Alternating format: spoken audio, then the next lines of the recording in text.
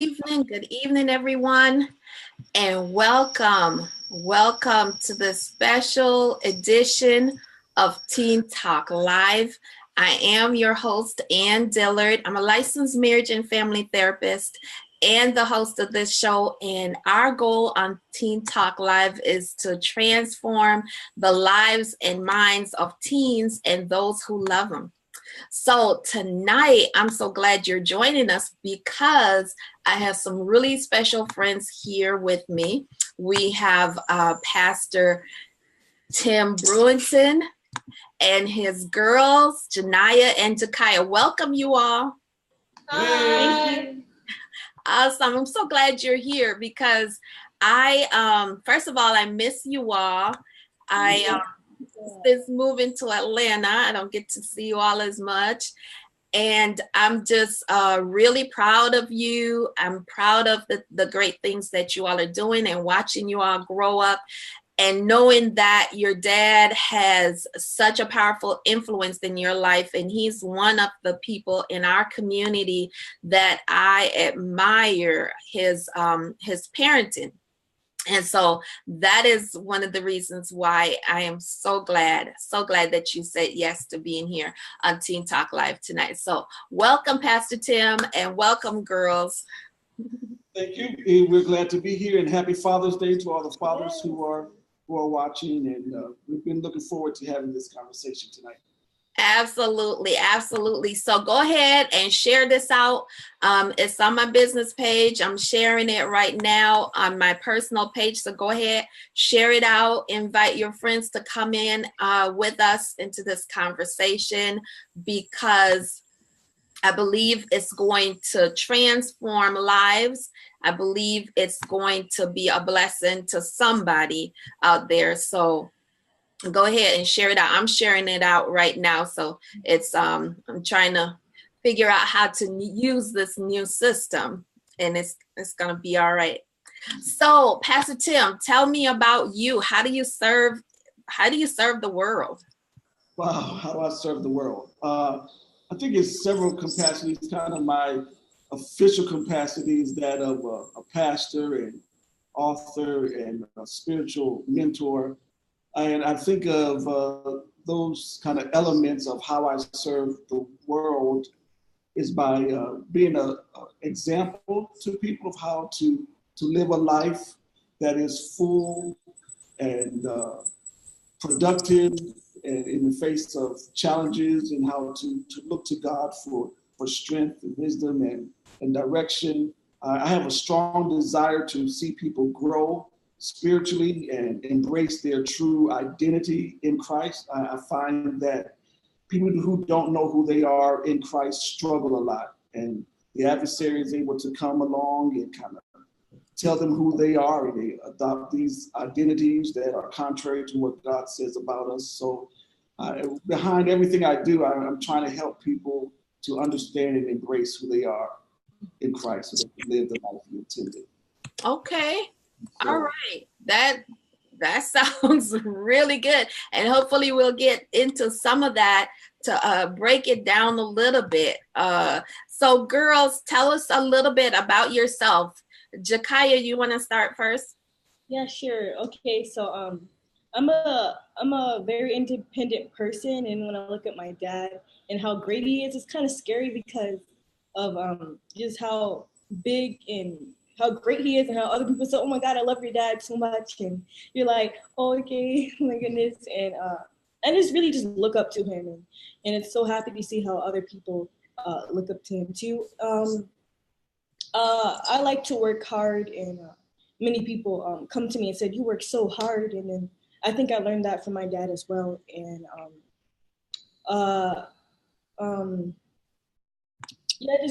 just work really hard and try to become the best person I can.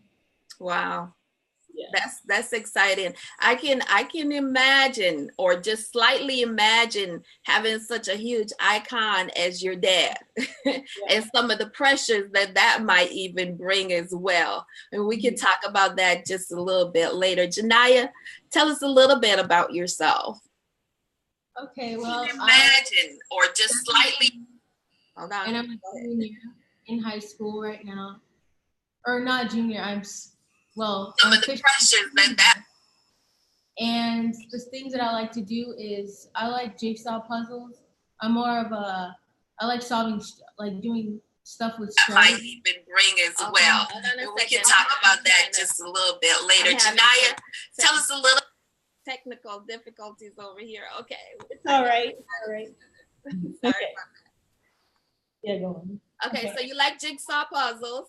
Mm-hmm. I guess I could say I'm independent as well. I'm kind of the person that likes to figure stuff out on their own. And I know sometimes that you need somebody there to kind of help you, guide you and kind of push you to do certain things. And I know I kind of struggle with that. So I kind of, mostly with my dad, I ask him for help with certain things and he kind of pushes me, and sometimes I figure it out on my own and sometimes I need that little push to kind of help motivate. That's awesome. That's awesome. So, Pastor Tim, you have two beautiful young ladies. And should we tell the audience that we have twins, right? The girls are twins. And so sometimes they finish each other's sentences and all the twin stuff, right?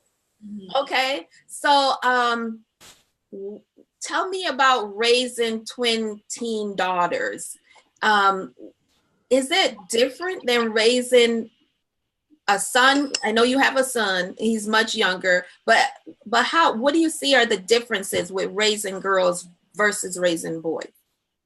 So I'll address the twin issue first. The challenge of raising twins is that instead of having one girl going through something, you have two girls going through it at the same time. And they are both responding differently to it. So you're trying to figure out what's the best approach for them as individuals instead of putting them as one child. And I think sometimes parents make the mistake of treating twins as if they are one child. And they're not. They're two very different girls with different personalities and approaches and viewpoints. And so you have to treat them as individuals, even though they're the same age and going through the same thing. How they go through it is different. And so you have to support them differently based upon how they go through things. And so that's been my approach with the twin aspect. Raising girls, I think, is different than boys because I'm more protective of my girls than I am of my son, because I know he's out there, and I'm going to do the best I can to protect them from all the wolves and the thieves and the scorpions that are out there in the world. And so I'm definitely harder on them than I am on my son because they're girls. They need to be protected. So girls, tell me, what does that feel like, to hear dad say, I'm harder on you all? What do you think about that? You could choose whoever want to answer that. It's just a great example of how much he cares, and you see there's so many friends that are like, oh, my dad doesn't really care about me and I hate my dad. At the same time, I get frustrated sometimes. They're like, what? Why can't I do this? Why can't I do that?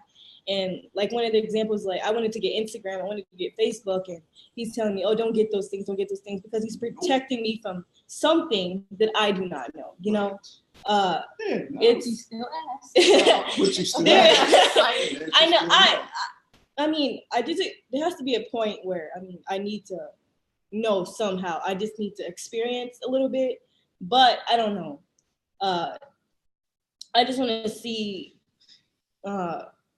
what it's like to be on social media. I do have Snapchat, but I'm not on it as much. But I just think that's one of the examples of how he's protecting me. Right. I get it, because that's one of the questions I have coming up. I'll save that. But I do understand. Maybe we can negotiate something a little bit, huh? Okay. All right, Janiyah, tell me about that. Okay. Truthfully? Yes. Annoying. Sometimes really, really annoying. But then you have to remember that a lot of kids don't have a father in their life to tell them, to guide them and show them where they're supposed to go and what they can and can't do. So honestly, it's very helpful. Besides sometimes it being annoying. Right. As a young girl, teenager in this, different world, stuff like that. So I'm very appreciative of it. I get it. And thank you for being honest. And look, let me get both your parents' consent. Whatever you say on this show, you're not going to get in trouble for it. Depends on what you say. Oh my goodness. Okay, Dr. Dana, you are on. Look, can you promise me that they won't get in trouble for being honest? Okay, that makes sense, and I can understand how it's annoying. And like Jakiyah said, there's something that you're being protected from that you don't really know, and sometimes it's good to know, and other times it's not good to know. So I bet your parents have some point in introducing you to those things and how they'll go about doing that, because they haven't, they've done a good job so far. Yeah. Yes. So let me welcome our guest. Joseph is here. He say, hey, Brewingtons. Erica is here. Thank you for being here. Tasha is here. Dr. Dana is here. Welcome. Thanks for sharing your family with us. Sister Sonia is here. Thank you for joining us. And Kay Humphrey is here. And I am so excited. Sabra is here with us. Thank you all for joining us. I'm going to try to get to the comments and figure out how to do this, working the technical side here. But I'll come back to that comment in a little bit. So as a pastor, you talk about your pastorship. As a pastor, is it harder raising kids in today's society? And what are some of the challenges of being a pastor and trying to maintain this balance as a dad?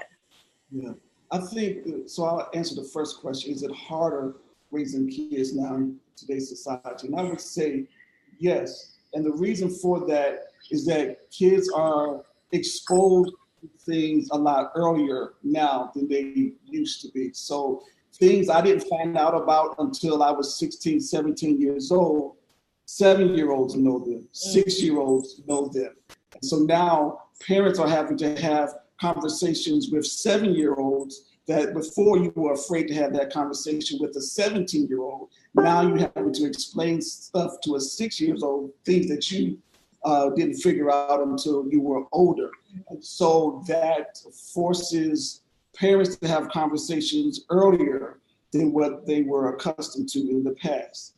The second thing that makes parenting now more difficult is because you don't have, it's not the stranger in the street that you have to protect your child from. It's the stranger on the internet that you have to protect your child from. So I need to know every new software, every new platform that comes out there. I need to know that that platform exists. I need to know that if your kid is playing a game, somebody who is playing that game in France can talk to your kid.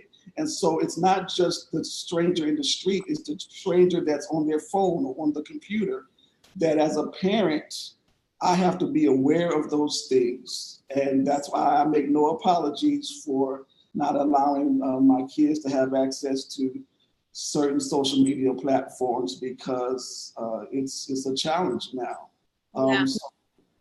And then, trying the balance between pastoral ministry and family ministry. I have friends who parents were pastors, and they would say, my father knew more about what's going on in the lives of the other kids in the church than in our own lives. Mm-hmm. And I never wanted that to be the case, that I know more about what's happening in one of the members' kids' life than my own kid's life. So I set up boundaries. And if my kids have something scheduled, listen, I do like everybody else does. Everybody else puts their family first. Mm-hmm. And no matter what's going on at church, if they have something planned for their family, they take care of their family. So I have taken on that same approach. My family is my priority. So I set the boundaries because I never want my family to feel that the church is more important to me than they are. And so That's I would. amazing. Yeah, I mean, I've been called. My first ministry is to be the spiritual head of my household. And if I neglect that, the Bible says that if I don't rule my own house well, I'm not fit to serve in the kingdom of God. And so my family is my priority. So Well, thanks for sharing that. So, okay, Joseph says great awareness, and Kay says you've raised some beautiful, intelligent, and articulate daughters. So kudos to you. So, okay, so we are approaching, we talked about social media. We talked about, the balance. So we are approaching a critical point right now. The girls are seniors, and pretty soon they're going to be going off to college. When did that happen, right? And so how do you think I know that you all have done a good job guiding them. How do you think they will deal with the social media example, the social media issue when they're no longer at home? Yeah, so I think, one of our responsibilities as parents is to give kids the tools that they need to be successful in the world. Give them kind of a template to follow. And just like you would not invite a stranger that you meet to come into your home, then on social media, you should not be giving out your address or your phone number or any personal information. And so kind of help them understand how you need to protect yourself in this new world, knowing that they are going to be exposed to these things. But I want them to have the tools that they need to know how to navigate and make the right decisions, and understand that everybody is not your friend, and some people are very manipulative, and I don't want them to go out into the world and be vulnerable and insecure and needy, because you become easy prey for people who want to take advantage of you. I totally agree. I totally agree. So it seemed like this senior year is going to be quite a big transitional year for everybody. Yeah. Mm-hmm. Yep. Wow. Joseph said, I appreciate you protecting your daughters. Do you fear that what they will do when they are not under your wings? And I think you kind of answered that question about setting the boundaries and giving them a blueprint for their future. Yeah. I mean, I would tell you this. I am not too concerned about how they will be when they're not under my wing, because I've already seen them make wise decisions, right? So you look at the type of friends that your children choose, because that is an indication of what they are going to be when they're not around you. And my girls have chosen some wonderful young ladies to be their friends. So that tells me that it's instilled in them already what type of person they are to be in the world. And they are surrounding themselves with other young ladies who hold the same principles. So I am confident that when they are not living with me, they will continue to make those wise decisions. And if they make a bad decision, then I'm here to help them to rethink things and recover. And let's figure out what to do should that situation arise again. Wow. Yes. Thank you. So girls,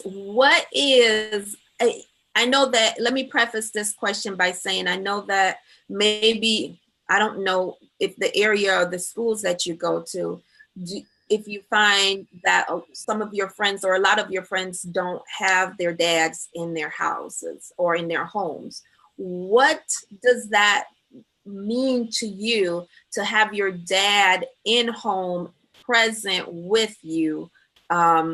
Or the other part of that question you might want to answer is, how do you see that differently from your friends who don't have their dads around?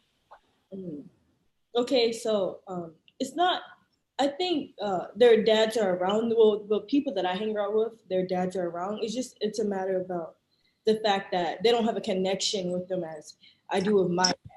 It's about they don't go to their dad and say, I need help with this, because maybe they have their own problems and they just uh, don't have a great connection as I do with my dad. And so I think that ways that I would say, oh, this is what my dad said, and I would tell them about it. And they're always coming to me like, wow, you have really great advice, Jakiyah. Like, where do you get all that from? Like, I get that from my parents, you know.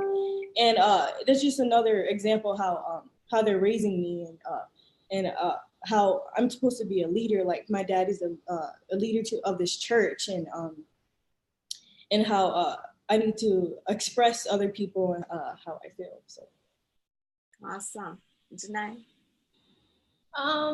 Well, for me, it's a lot of people, as Jakiyah said, do have their fathers in their life, and then there are people who actually never see their father. And I guess you could say they don't have boundaries at all. They're just out there, and there's no one there to actually show them their way back home. And sometimes their mom is their dad and their mother, and I don't know. It's not. You don't have that male figure to you don't have anyone there to protect you. And so they're kind of just out there and doing whatever they want to, and they don't have anyone there to tell them, like, no, like, you can't do that. So I guess it's the same as what Jakiyah said. Yeah, and let's say they're doing it. Let's say they wanted to go to a party, and I'm like, oh yeah, I can't do that. That's just the negative environment. I can't do it. They're like, oh really? Like, why? Like, oh, my parents won't allow me, and because I just don't think that's a good idea. And you'd be like, oh, okay, yeah, my parents let me do whatever I want, and I'm like, oh. So it just I think that's a good example. Wow, that's pretty powerful, because boundaries are like everything. Mm-hmm. That's really important. So Pastor Tim, how do you help to mold and cultivate the self-esteem of your girls? I think, first of all, I try to treat them as if they are valuable. So I listen to their opinions. I have a high demand on them because I know what they can be. And so I have raised my expectation of them, and hopefully they're getting their self-esteem from the fact that I expect from them what I know they are, right? And so it's a matter of pulling it out of them and complimenting them when they do well, and giving them an encouragement in the areas they are struggling in, so that, they don't give up, and they don't rely on other people to make them feel good about themselves. They don't rely upon people to give them their identity. I want them to have that already, and I try to help them to come to that place. Wow. So girls, what's one thing that your dad has done or has said that has really boosted your confidence or your self-esteem to make you feel, like he's saying, make you feel secure in who you are?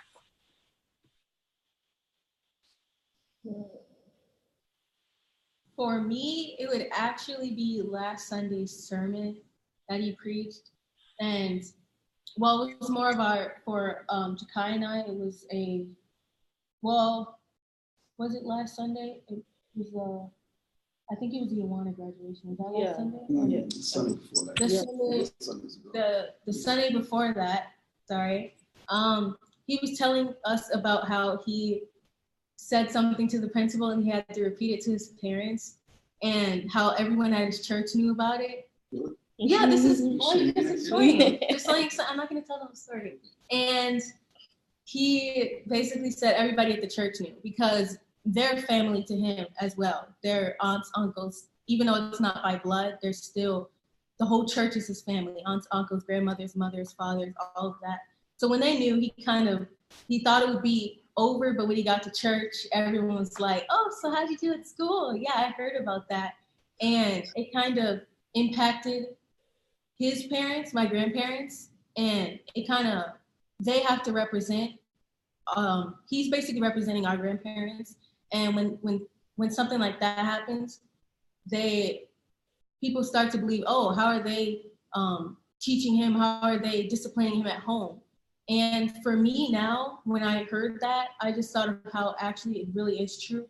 Because at this church, I feel as though it's a family. And when, like, if you get a good grade on a test, everyone at church will know, and they'll be there to support you and, you know, throw a party or whatever and celebrate that. And it's very beneficial because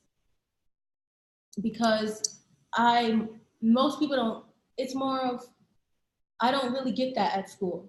I might get, oh, congratulations, you did well, from my friends. But when it's the whole congregation, the whole church, it's very heartwarming. And for me, that sermon really touched me because I realized how true it is. It's very true. So. Wow. And I can see how that could boost your self-confidence. Yes. Okay. Jakiyah? Yeah, I agree with Janiyah as well. I try to work as hard as I can in school, and then I just love it when my parents are like, "You're doing a good job," and continue doing what you're doing, and it just makes me really happy, and like I'm on the right track. And then when I'm low, and they're like, "You're gonna do better, Jakiyah. Just keep on building up and up." And I just think just those little words, just those little things, just push you to do better, you know. And I just just the church community does the same thing. You're doing a great job, Jakiyah. I saw that post. You're looking at colleges, you're looking at all this other stuff, and it's just really heartwarming, as what I said. Wow. That's pretty powerful. Thank you for sharing that, because having a lot of people will say, I'm their mother and their father. And like I said before, I don't believe a mother can be a father. There's a specific role for a father, and it both contributes to your identity development, both contribute to your self-esteem, and the lack of a father is so damaging to boys and to girls. And so I celebrate you all having a father. So I'm going to play Angel's advocate. So tell me this, do you ever get in competition for your dad's attention? No, I don't think so. For me, because Jakiyah is in track and I don't really do sports. I'm not really athletic. I'm more of the stay in the background. I might like, I wouldn't say debate, but I kind of like stuff like that. Yeah. I'm more in the background. She's more out there, the track star is what they call her at home. And I kind of feel like it's a little bit of a competition for me. I don't think for Jakiyah, but for me, because I'm not athletic. I don't do anything like that. I don't actually do anything really. I just focus on schoolwork and try to get A's in class. So I was taking chemistry for junior year, and I was struggling. And when I got a good grade on a test, and I told my parents, and they were so happy because I was struggling so much. And most people probably remember chemistry, maybe not, but it was such a hard class, remembering all the math and the information that you need to go into the periodic table and all of that. And when my parents found that I got an A on a test, they were like, "You worked so hard." Like, I don't even remember chemistry. That's why my dad said, "I don't remember chemistry." But you worked so hard to get that, and I'm really proud of you. And they're not just focusing on just Jakiyah and her track. Mm-hmm. So I know that I'm just as important as her. Mm-hmm. Wow. And I know where she's coming from. I sometimes, from my point of view, I can't say that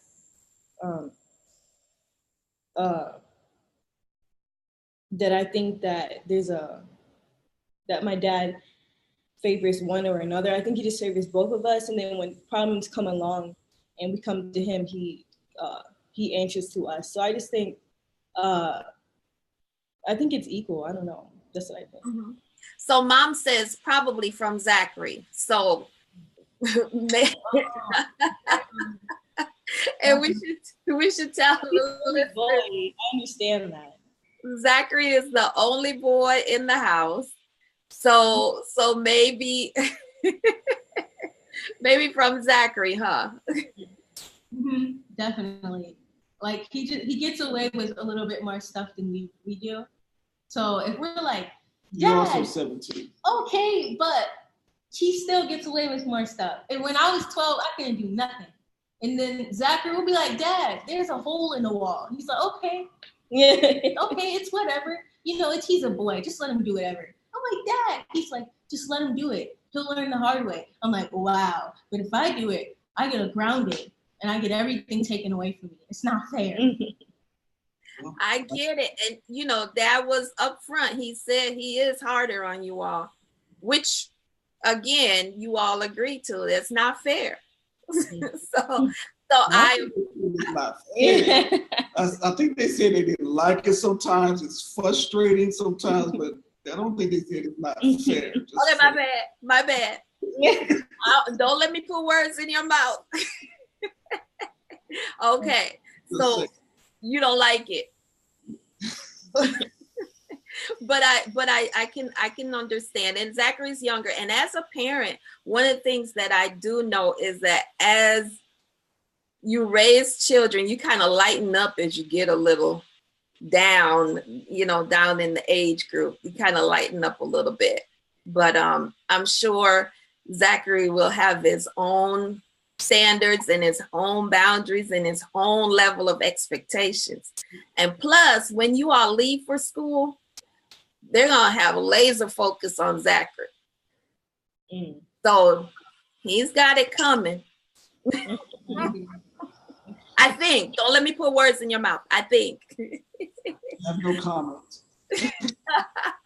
So moving along with the conversation. So what would you say, Pastor Tim, to parents, families, or to dads, dads who are missing out on this opportunity to raise their daughters?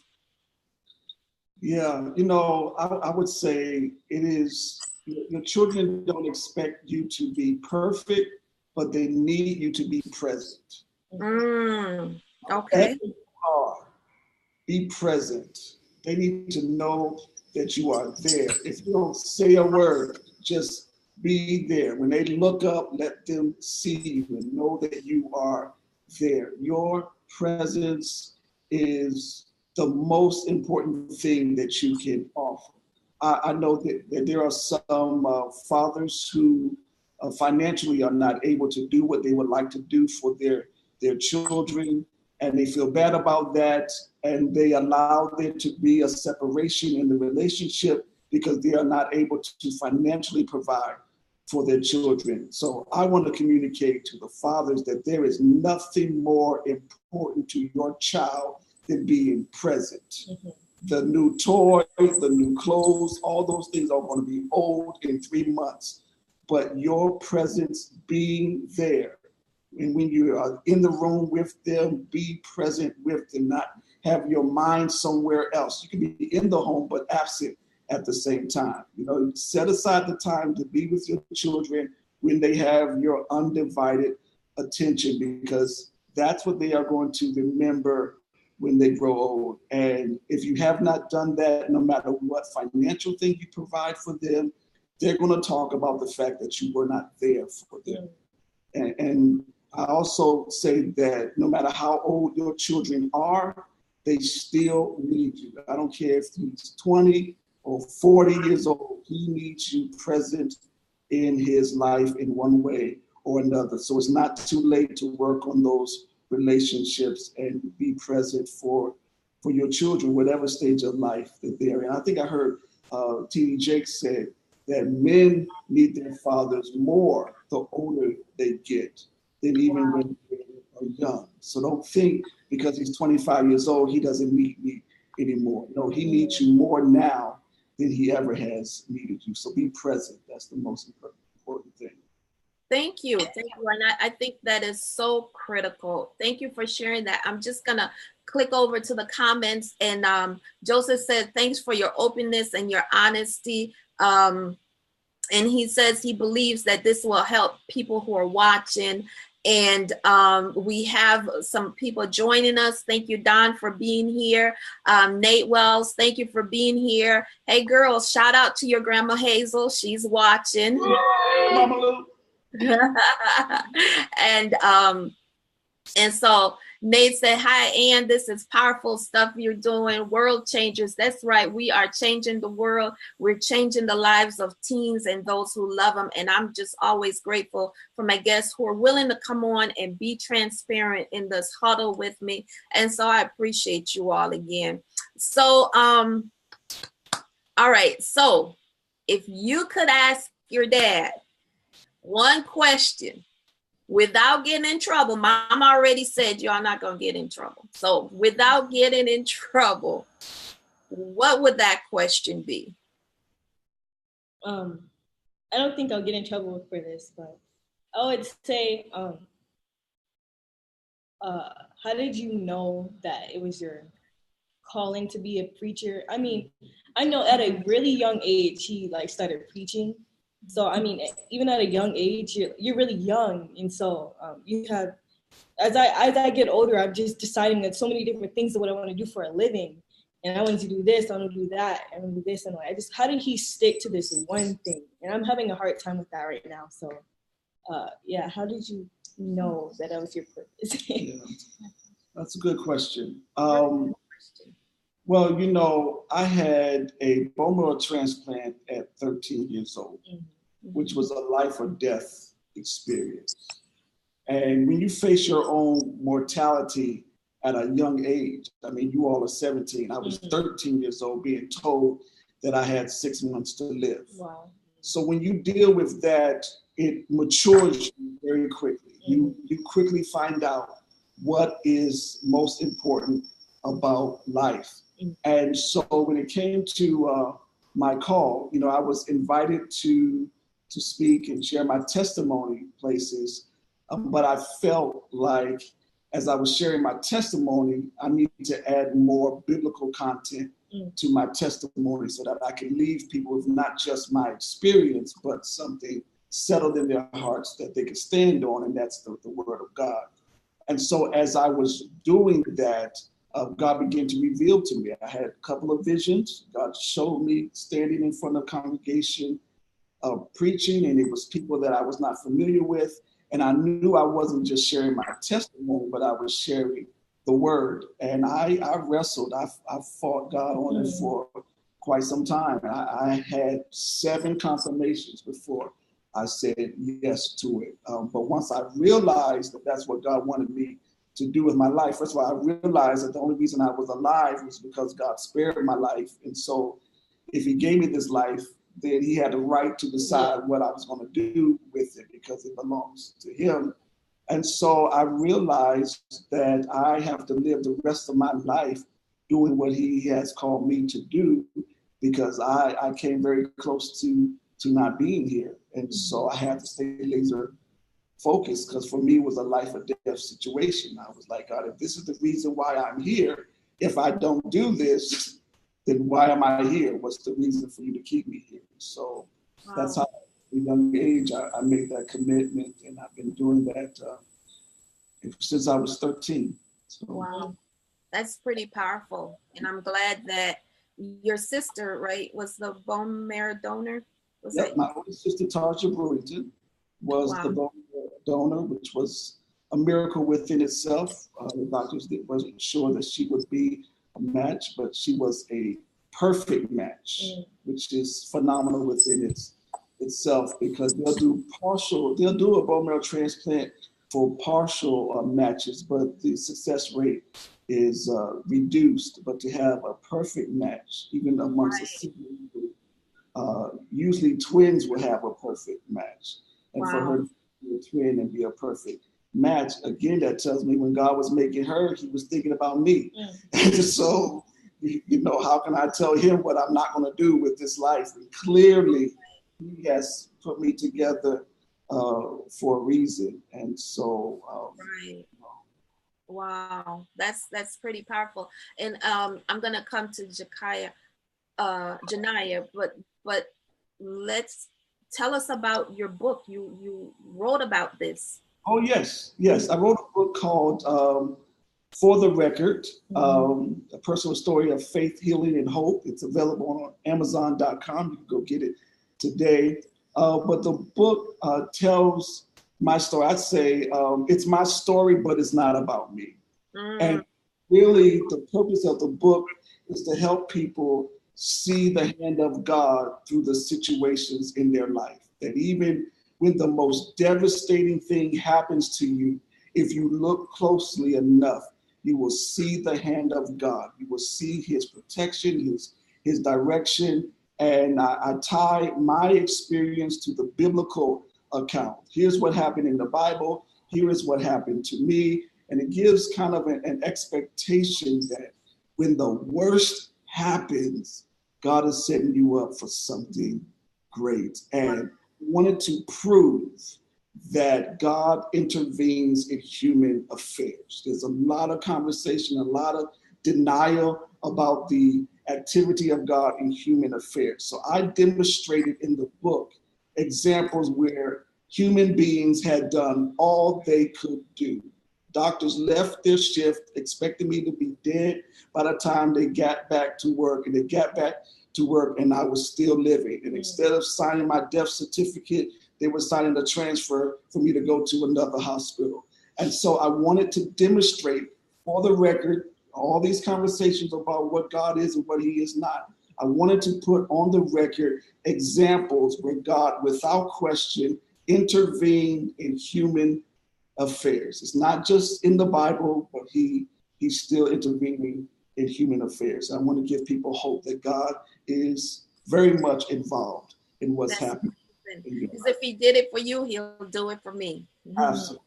Right. Absolutely. So if you all are watching, Dr. Dana or Tiffany, drop the link to the book from Amazon in the comments so that our viewers can go out to Amazon and get a copy of that book.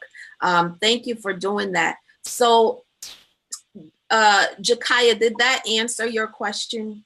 Yeah, it did, because at a young age, I was born premature. And so I was expected to die the next day. And so I'm just like, I just pray to God. I'm like, why did you save me? I was supposed to die the next day. I was a baby and you raised me into who I am today. And I'm just like, what is my purpose? So I'm just trying to find that lately. And that really helped a lot. Wow. Thank you. Thank you for sharing that. And your testimony, Pastor Tim, thank you for sharing that. And as you go and as you grow up, you might not know right away, but things in life will line up, and you have the direction and the instructions from your parents. And I believe that God will show you what it is that you are to be, or, you know, and you don't have to make a decision right now, right? That's the best part. And I'll send you an activity when we're done so that you can work on it together to kind of, you know, look at what you enjoy doing, what gifts you have, what talents you have that can contribute to the world. Yeah. Okay. Janiyah.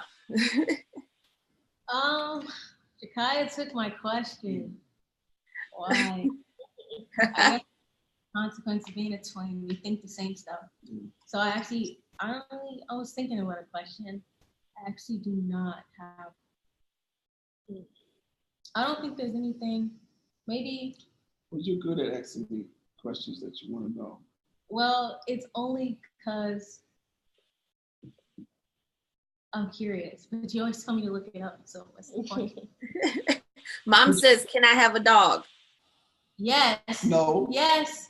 Yes. When you get a house. When are you guys getting me a dog? Not. Yes, you are. You guys are getting me a dog. Okay. Mom keeps hinting on it. I know you guys are getting me a dog. I'm not getting you a dog. Yeah, when I graduate, you give me a dog. You're not getting a dog. Why? Because I'm the one who's walking. No, that's not true. Continue on. Next question. The dog story. Okay, the dog saga. Okay, we'll move on. Yes. I kind of told my kids the same thing, no dog, because when they leave for school, I got to take care of the dog. I know how this is going to go. Okay, somebody said, okay, Tiffany said, ask about your driver's license. They're in driver's ed. Yeah. I just got my blue card a few days ago. Is so that permit? I have to take the knowledge test next.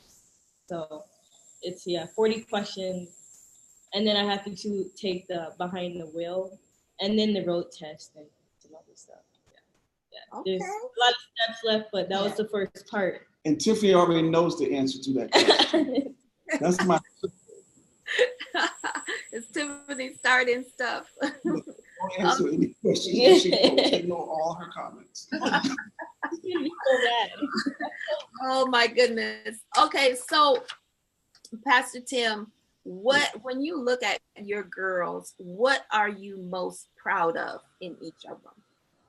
I'm proud about how compassionate they are towards people. They care very deeply about people who are struggling or who are not included in things, very sensitive to the people around them. And I don't think you can ask for anything better than having children who are compassionate and care about the people of the world. And I mean, I couldn't be more prouder than that. I don't care what they do for a career. I want them to be people who care about other people and are doing something that eases the suffering of others. As long as they're doing that, I'm good.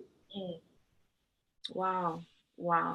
And then girls, what are you most proud of in your parents, particularly your dad? I think just how strong they are in faith, because they really love God, and I just love that, because they never just fall away from God. They always said, when I struggle with stuff, they're like, you better go pray right now. You better go pray. And I just love that they just have faith in God, and it just really it makes me really strong inside, and I just love that. So awesome. Just their faith. Yeah. What do you think? Okay. So actually, I have a couple of things. One would be what Jakiyah said, just being strong in their faith and never backsliding, just always being there for us and teaching us things that they learned. So whether that be a scripture from the Bible or something that their parents told them, and just always making sure that we keep up in our faith and we never stop believing, never just take a break and chillax, right? And another thing would be is I love that they're there for us, and what I'm proud of is actually their humor in bringing they're good at bringing the family together. So, well, for Father's Day, our dad wants to go hiking. I said no, but it's too hot today. It's really hot, but it's what he thinks is. It's his day anyway. We're celebrating it's Father's Day. And it's something that I think would bring the family together, just a day to walk outside and just admire the beauty that God has created is one of the most amazing things ever. And just always making us laugh. I really love things that make me laugh. I love laughing. It's the best thing, most helpful thing if you're feeling down. And they're always there just to make me laugh. If I'm feeling down, they're just there to bring me up, and I'm never sad because of that. So it'd be something that I'm most proud of. Amazing.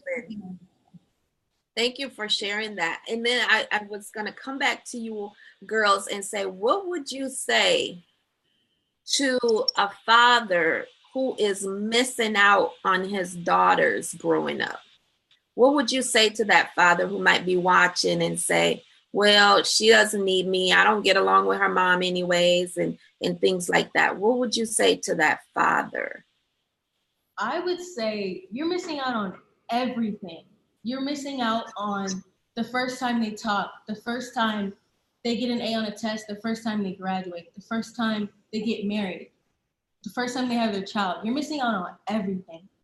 And the biggest thing about, for me, being my dad, being a father and being there for me, it's when I'm feeling down, they're there to help me. And if you're not there and you're struggling alone, and it's not good. You want your father there for you to bring you up. It's different when it's your mother, because, well, I wouldn't say your mother has to, but she's kind of, it's just that motherly love. With your father, it's just a bond that, it's just very strong connection.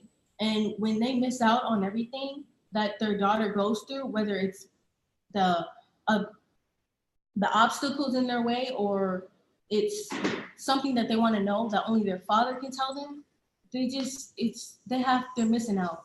They need to be there. As my dad said, be present. You have to. You're missing out on everything.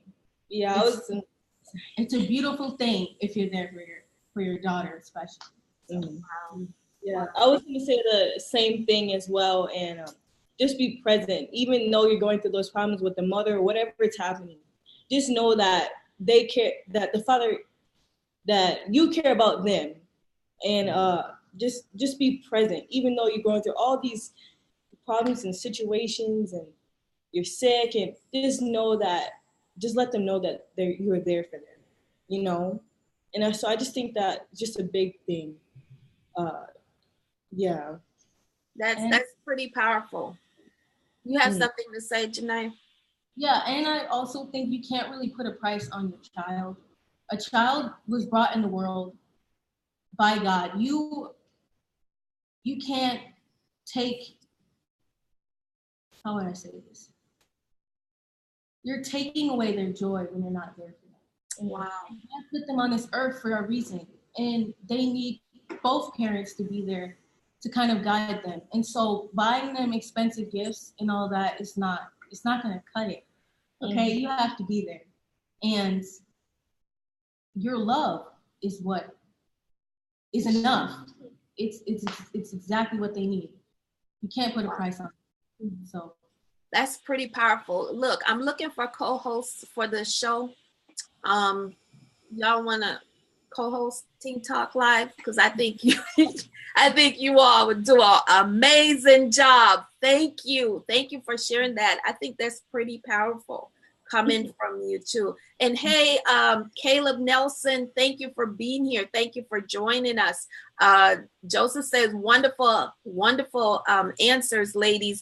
And if you all are joining us on Teen Talk Live, we're here with the Brewingtons, and they are just amazing and being very transparent and sharing about their relationship. And I ask you to share this video out so that we can get the word out, and so that the world can get to know their story. So share. If you're catching us on the replay, #replay, and you share also, because we want to make sure that their voices are heard across the world. So thank you all for being here. If you have any questions, we're wrapping up this segment. And if you have any questions, drop it in the comment section. These ladies are well equipped to answer your questions. Please drop your questions in.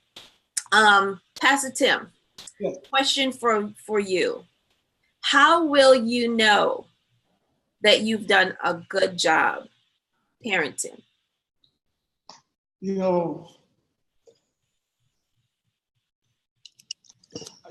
don't know. I ask other adults, other parents, kind of, when do you get to the place where you can kind of exhale and be like, okay, they're good. I don't have to worry about them. I don't have to look out for them anymore. And I don't know. I think that I'm getting to the place where I have given them all that I'm going to be able to give them, and they're going to use those tools that we have given them, and I just have to trust that we've given them what they need. I think it was Janiyah talked about how important it is to be a part of a community of adults that is speaking into their lives. And so not only do I need them to have parents that are there, but we had to be intentional about having them connected to a community of other adults, right, that will be there for them and speaking to their lives. So I'm hoping that as they continue to grow in their lives, they will choose to be a part of healthy communities that will encourage their faith and support them in what they are doing. And I don't know when I'll know I've done a good job or not. That's fair. That's fair. And I'm gonna ask Lady Brewington, how will you know that you've done a good job as a mom? When will you know that? And Joseph said, that's great. We have to give them the tools in order to feel comfortable and confident about their future. I think that decreases the fear. And I think that's so true, making sure they're well equipped. And the village is so important, So I'm going to look for your mom's comment. But I'm going to ask you girls, how will you know that you've made your parents proud?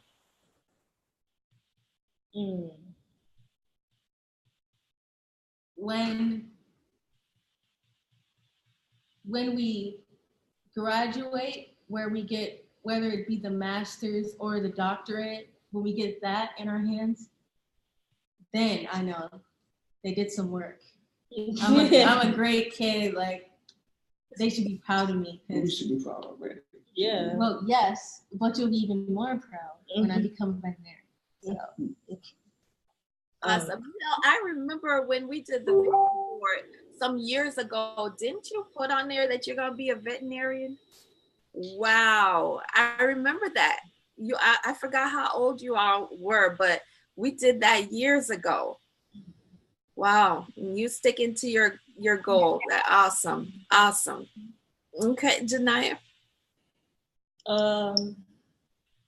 I think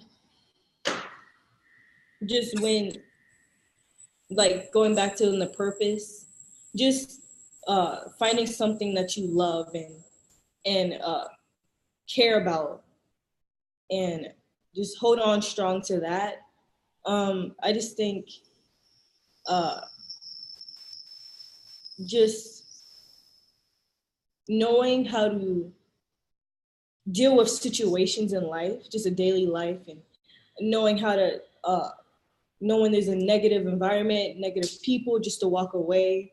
Just all those little things that you have to know just to be in this world.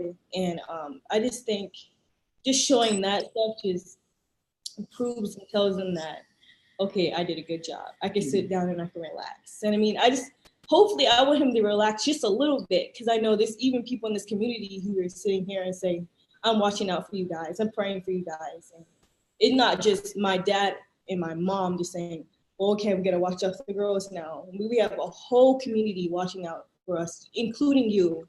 So I have grandparents and aunts and all that stuff. And I just thank them. So. Wow. That's pretty powerful, because your parents have been really intentional about building that community, because everybody in the community is not safe, and they've done a good job of building that community for your support. And I say, kudos to them. And Mom answered the question. She said, I believe only time will tell, but just watching their friends, husbands, and how they do their own children. That's when she'll know that she's done a good job. And I think that's amazing. Thank you, Dr. Brewington, for answering that. So, quick question, and I know this is on some of my guests' minds. What about dating? What's the Brewington rule about dating? And prom is coming up. I mean, the topic doesn't really come up that much. Just like there's nothing to talk about. Like because like I'm not worried about that right now. I'm worried about my education. I'm focused on school. Yeah. I'm not even like when we turned 17, our mother said we could date, but yeah, you probably talked about that story. Interesting. Yeah, but it's just that I'm not focusing on dating at all. Right. I'm focusing on getting my education in school and my A's and becoming what I want to be and also finding my purpose. Right. So I'm not really focused on that. If it comes around, it comes around. We date for marriage. And if they're not ready to get married, then they don't need to date right now. That's fine with me. Okay, good. All in favor, say aye. Say aye. That's a good question, and thank you for your answer. And Tiffany is instigating. She said, "Dun dun dun dun."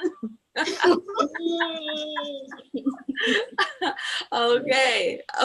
Well, if that changes, well, those are good answers, and we have too many girls or just young people who are unfocused and they blow with the wind. And so I admire you girls for being focused, and you know what you want out of life. You stated it. You have your vision boards. You're focused on what you want to do, and I commend you for that. It's not the rule that I see, right? It's the exception to the rule, and I commend you for that.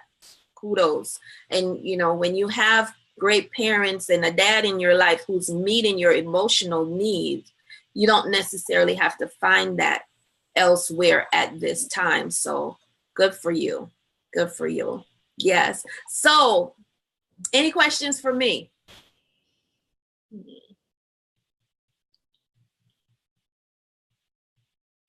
Do you have any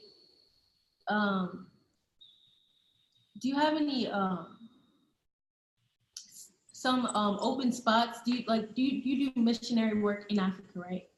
Yes, so, I do. When maybe around college or during the summer we could go down there with you and kind of help. I just want to do anything I can to help. Come back to the compassion. We are compassionate about people. Yeah. We want to help out. Awesome. Look, I will send your dad information and your mom information, and I am all for it, because I even remember the year that you all came and helped with sewing the hygiene kits for the girls in Senegal, and that was amazing. And I do know that you all have a heart of compassion. And yes, and for those of you who don't know, they are talking about my nonprofit organization called Project Safety Net. So like us on Facebook and follow us to hear about the things that we're doing in Africa. But yes, girls, I'll keep you in touch and informed about that.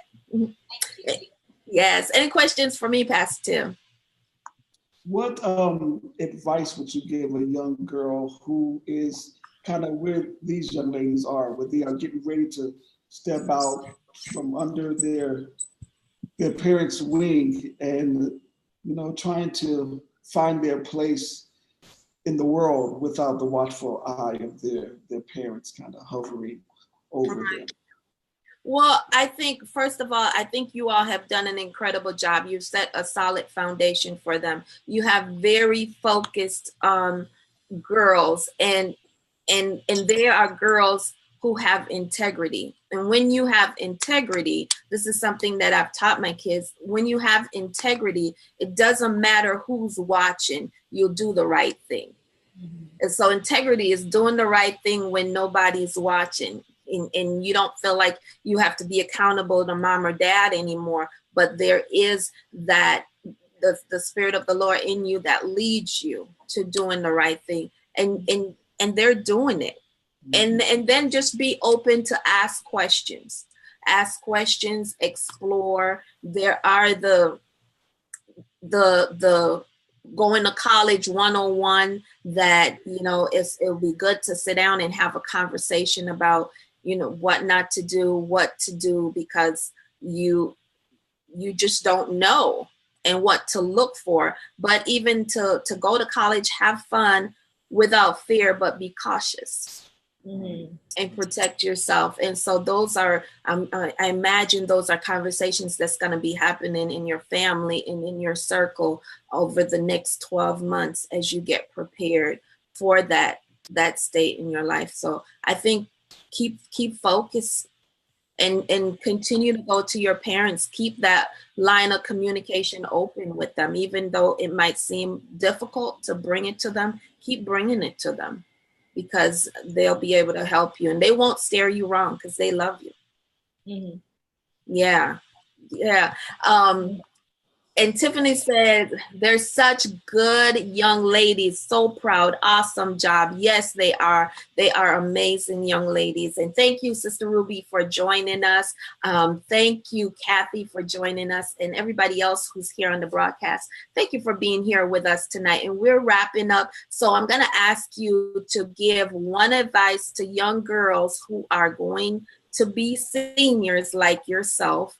And it doesn't even have to do with father, but what's one advice you would give young girls? For me, it would be focus on your goal. Mostly do something that you love, and don't let anybody tell you any different. And I want to become a veterinarian, and people always tell me, like, oh, it's going to be very competitive. You have to know a lot of math and science, and I'm not very strong in that. But I know it's something that I love, and it's something that I'm going to push towards. So do not let anybody tell you that you can't do it, because you can. So focus on your goal and stay on that path, but also ask God for guidance. He can help you. He can tell you he can tell you. I'm struggling here. He can tell you what path is right. Yeah, direct. He'll direct you. Thank you. Yeah. Twin power. Okay, Jakiyah. I would say that know who to be friends with and who to hang around with, because the friends you hang around with affects who you are too. And people that you hang around with could change you, and peer pressure. And just make sure that you're hanging around the right people. Your parents will know too. They'll know if it's the right friend to be with. So just make sure with that. And yeah, that's what I would say. Don't be afraid. Excellent. So, Pastor Tim, to parents out there who are raising teenagers at this critical point in their life, what would you say to them? I would say, don't be afraid to be your child's parent. Get into their business, provide instruction, direction, and be okay with them being angry at you and upset at you. I am friendly to my girls. I have fun with them. I love making them laugh and hanging out with them, but we are not friends. I am there to guide them and to protect them. And I would much rather have them to be upset at me and be safe than like me and put themselves in danger. So I see a lot of parents kind of stepping back, and they don't want to invade their parents' privacy, their kids' privacy, and they don't want to get all up in their business. No, it is my job. You don't have any business until you get your own place. If it's in my house, it's my business. And I think parents now, we have to step up and be parents to our kids, guide them, direct them, protect them, give them what they need. There are times where, I'm hard on them, and I feel bad about it, but I know it's the right thing. And in due time, just like with my parents, I look back now and I am so thankful for every time they said, no, you can't go, you can't do that, you can't have that. I didn't like it at the time, but now I look back and I am so thankful that I had parents who weren't trying to be my friend, but they were guiding me and directing me. So parents, don't be afraid to be a parent. You can be their friend when they're an adult. The relationship changes, but right now, because I mean, you don't have them forever. Right. Time goes by fast. This is your time to mold them and to shape them and to make them. Once that time is gone, you don't get that back. So that's great advice. And I hear from what I'm hearing you say, it's like parent with intentionality, parent with focus, parent with compassion, and parent. Yes, absolutely. There you go. That is so key. Well, we are closing, and Nate, I'm so glad you were here with us tonight. Thank you. And you're right. If we don't do it, the cops will do it later.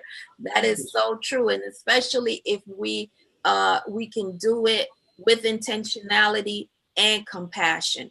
That just makes it all the better. And Joseph said, parenting is not for cowards. And that is so true. It's a hard thing. And we used to talk about it. Our kids might not like us, but they'll thank us later. And it looks like your girls like you pretty well. They should. It's funny. Wow. Well, I am so delighted to have you all here. Thank you for your time. Thank you for giving up this time on Father's Day to share. And we're going to share this out because I know that it'll impact lives. And we'll be in touch about a couple of things. So I'm so honored. And thank you, Dr. Dana, for sharing your family with us on Father's Day, because here at Teen Talk Live, we are about transforming the lives and minds of teens and those who love them. And we'll say good night. Happy Father's Day to everyone. Happy Father's Day to my husband. Happy Father's Day to you, Pastor Tim. Appreciate you. And to all the fathers who are watching, happy Father's Day. God bless you and keep up the good work. Thank you. Thank you for having us. Bye. Thank you, everybody. Bye.